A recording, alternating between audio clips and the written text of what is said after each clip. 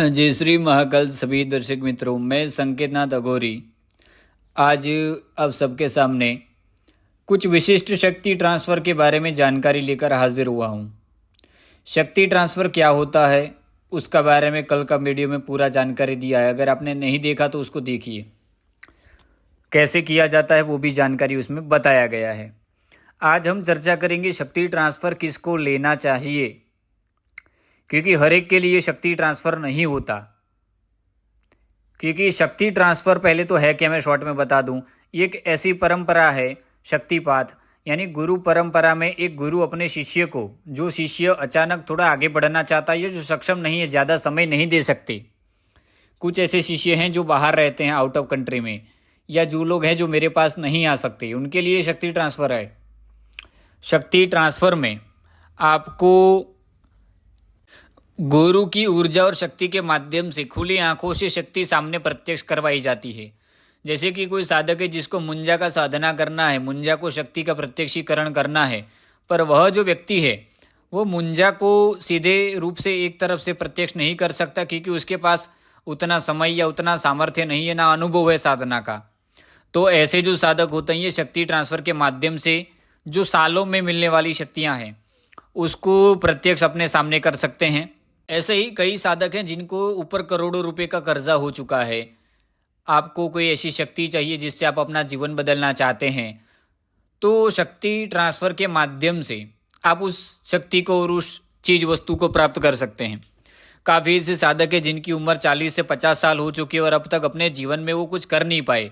धन आदि अर्जित करना था वो नहीं कर पाए, या उनको एक समय पे किसी ने उनका हाथ नहीं थामा, किसी गुरु ने, कि उनको आगे लेके जाए। और काफ़ी ऐसे लोग हैं जो साधना सिद्धि सीखना चाहते हैं, शक्ति को खुली आंखों से देखना चाहते हैं, पर कोई सच्चा गुरु उन्हें नहीं मिला।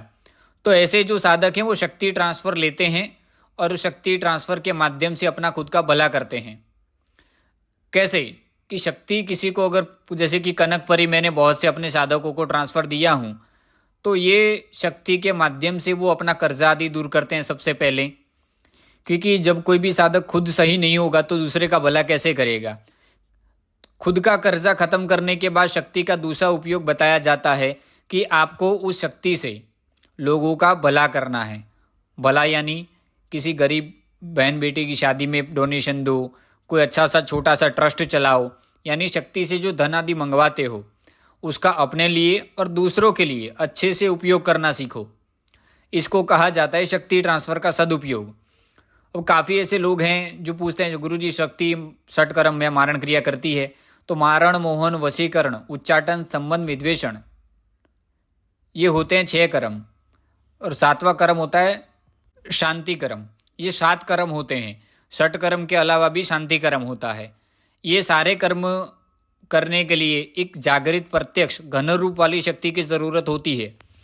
शक्ति ट्रांसफ़र में 2 शक्तियाँ होती हैं, एक वायु रूप में और एक घन रूप में।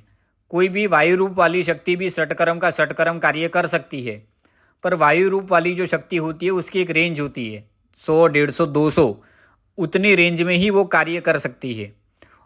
और जो घन रूप वाली शक्ति रहती है वो इंडिया के बाहर भी कोई भी कार्य कर सकती है और इंडिया के बाहर से भी धन आदि ला सकती है।